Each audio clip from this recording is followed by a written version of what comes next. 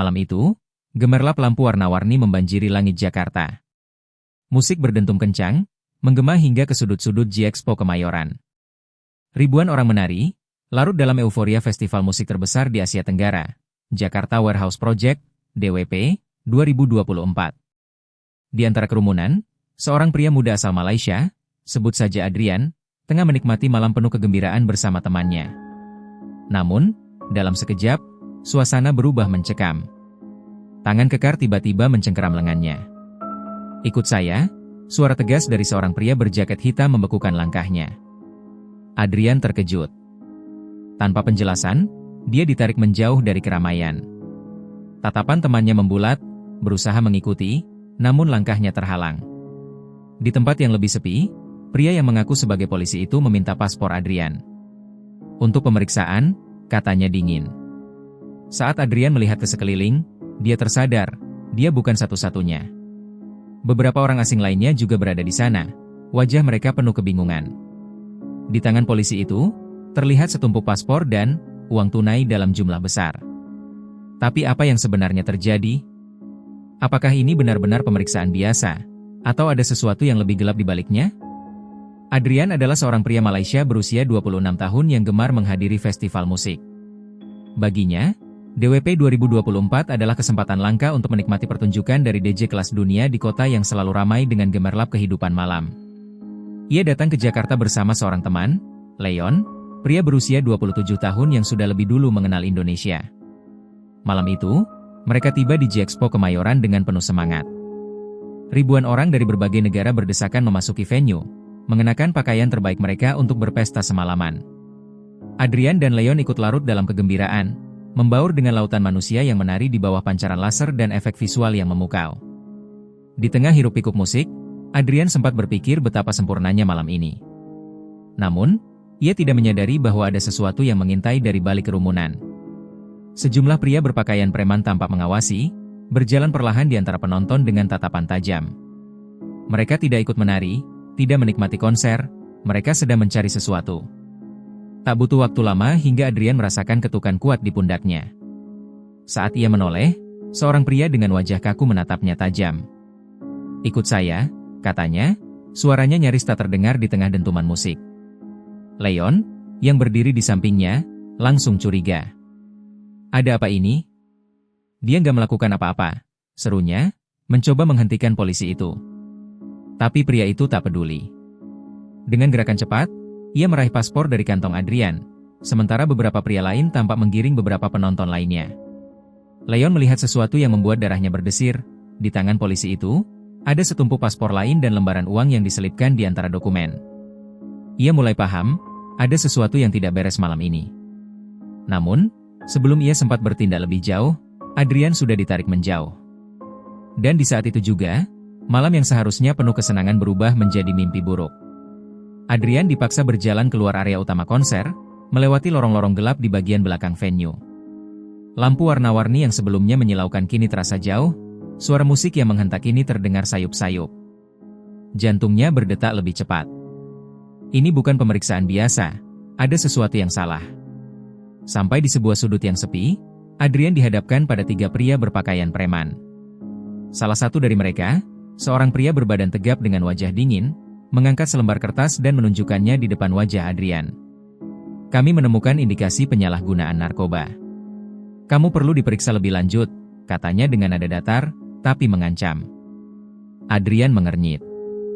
"Apa maksudnya?" "Saya tidak melakukan apa-apa." Salah satu pria lain tertawa kecil, "Semua orang bilang begitu," katanya sambil menyandarkan tubuh ke dinding. "Tapi kalau kamu nggak mau bermasalah, kita bisa buat ini selesai dengan cepat."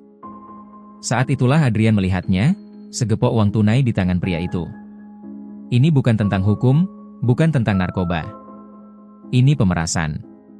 Leon, yang tak tinggal diam, akhirnya berhasil menemukan Adrian. Ia melihat temannya dikelilingi oleh 3 pria mencurigakan. Dengan langkah cepat, Leon mendekat. "Hei, ada apa ini?" "Kami nggak bawa narkoba," serunya. Salah satu polisi menoleh dengan tatapan tajam. "Tenang. Ini prosedur standar." Leon tak percaya. Prosedur standar macam apa? Kalian minta uang, kan? Suasana semakin panas. Salah satu polisi mendekati Leon, menekan bahunya dengan keras. Kalau nggak mau repot, bayar saja, bisiknya. Leon merogoh saku, mengeluarkan uang Rp200.000 yang ia bawa. Ini, sekarang kembalikan paspornya, katanya tegas. Polisi itu menatap uang di tangannya, lalu tersenyum sinis. Segini doang? Ia melirik kedua rekannya, lalu menggeleng. Temanmu ini dari Malaysia. Harga orang luar negeri lebih mahal.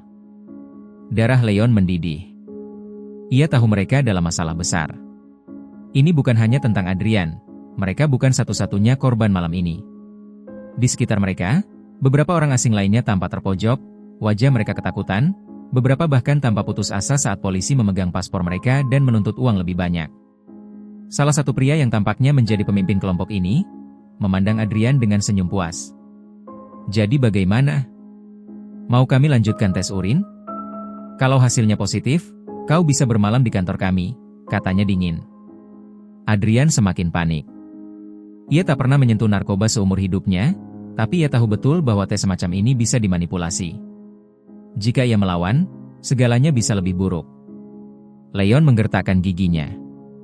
Mereka harus keluar dari sini. Tapi bagaimana caranya? Leon sadar, jika mereka menuruti permainan ini, mereka akan terus diperas. Uang Rp200.000 yang ia berikan tadi hanya dianggap receh, dan jumlah yang lebih besar pasti akan diminta. Adrian, di sisi lain, semakin gelisah. Tangannya gemetar saat melihat paspornya masih dalam genggaman polisi itu. Jadi bagaimana? Suara kombes terdengar datar, tetapi penuh tekanan. Kami bisa membuat ini lebih mudah untuk kalian, atau lebih sulit. Leon menarik napas dalam. Otaknya bekerja cepat. Mereka tidak bisa melawan secara fisik, jumlah mereka kalah. Tapi kalau mereka bisa menarik perhatian orang lain. Sambil tetap berusaha terlihat tenang, Leon mengeluarkan ponselnya perlahan. Oke, saya paham. Boleh saya hubungi keluarga dulu? Saya harus memastikan kami punya cukup uang. Salah satu polisi mencibir. Cepat. Leon mengaktifkan fitur recording di ponselnya tanpa ada yang menyadari. Sambil berpura-pura mengirim pesan, dia mulai merekam suara mereka. Setiap kata, setiap ancaman, setiap permintaan uang, semua terekam. Sementara itu, di dalam venue, seorang penonton lain, sebut saja Dani, melihat kejadian aneh ini dari kejauhan. Ia memperhatikan bagaimana beberapa orang asing dibawa ke tempat yang lebih sepi, dan wajah mereka dipenuhi ketakutan. Ia tidak bisa tinggal diam. Dani segera membuka Twitter dan mulai menulis. Ada yang aneh di DWP. Beberapa penonton ditarik keluar oleh orang yang mengaku polisi. Kayaknya ada pemerasan. Ada yang bisa bantu? Cuitan itu mulai mendapat perhatian.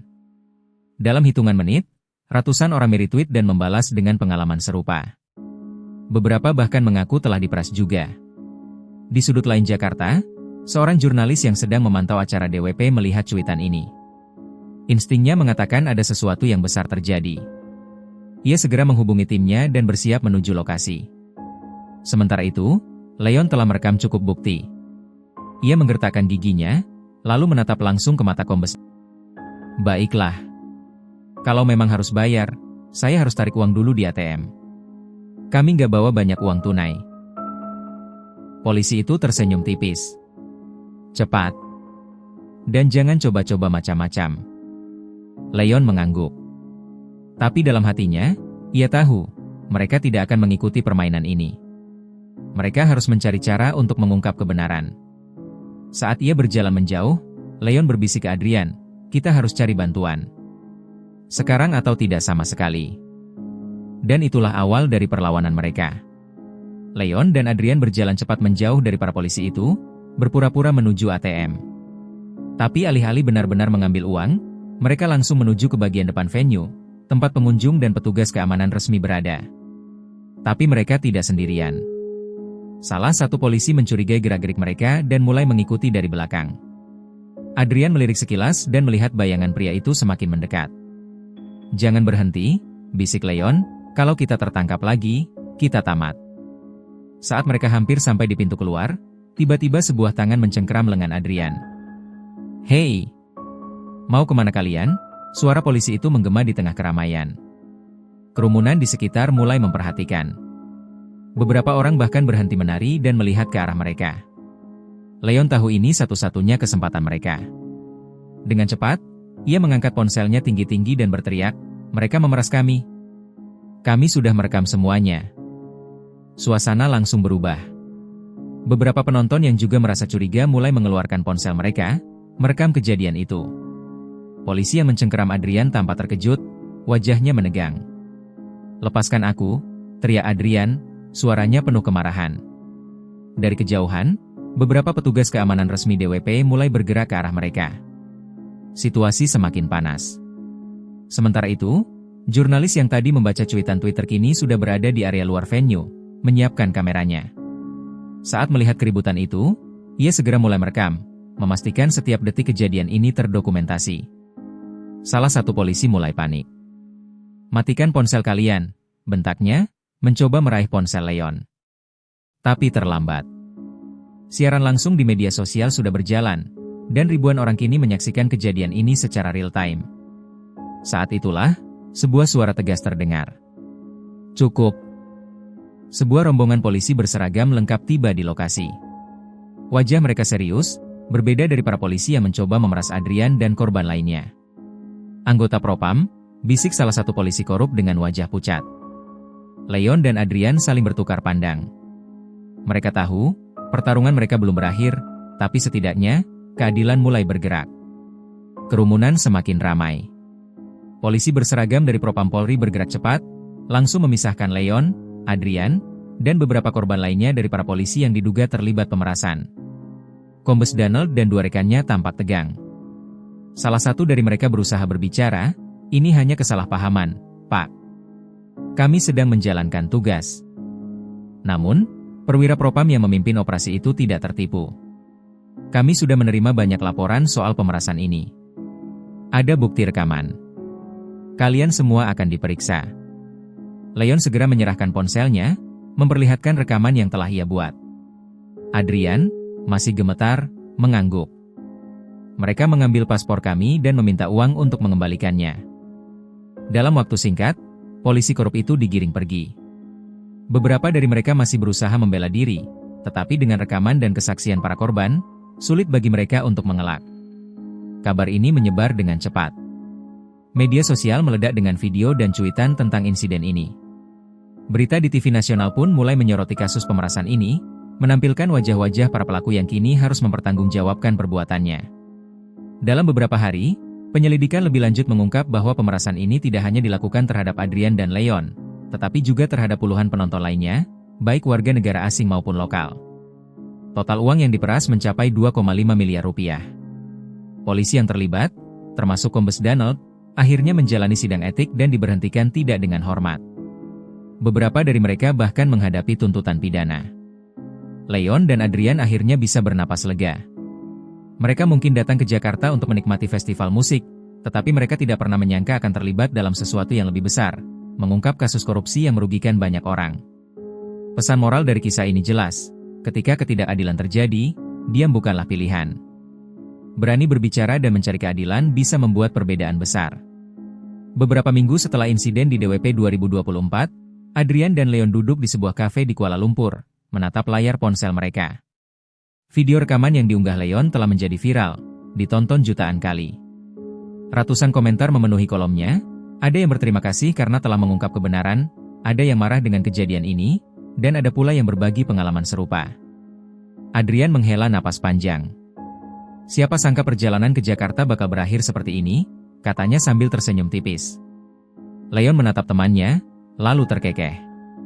"Kita memang gak dapat pengalaman konser yang kita harapkan, tapi kita mendapatkan sesuatu yang lebih besar, keadilan." Di ujung sana, kasus ini masih berlanjut. Propam Polri terus menggali lebih dalam, mencari apakah masih ada oknum lain yang terlibat. Sementara itu, kesadaran publik tentang bahaya pemerasan dan penyalahgunaan wewenang semakin meningkat. Sebelum menutup ponselnya, Leon membaca salah satu komentar yang menarik perhatiannya. "Kalau kalian ada di posisi mereka, apa yang akan kalian lakukan? Diam atau melawan?" Leon tersenyum. Ia tahu pertanyaan itu bukan hanya untuknya, tetapi untuk semua orang yang menonton dan membaca kisah ini. Api, bagikan kisah ini jika kamu peduli terhadap keadilan. Jangan lupa like, komen, dan subscribe agar lebih banyak orang yang sadar akan pentingnya melawan ketidakadilan.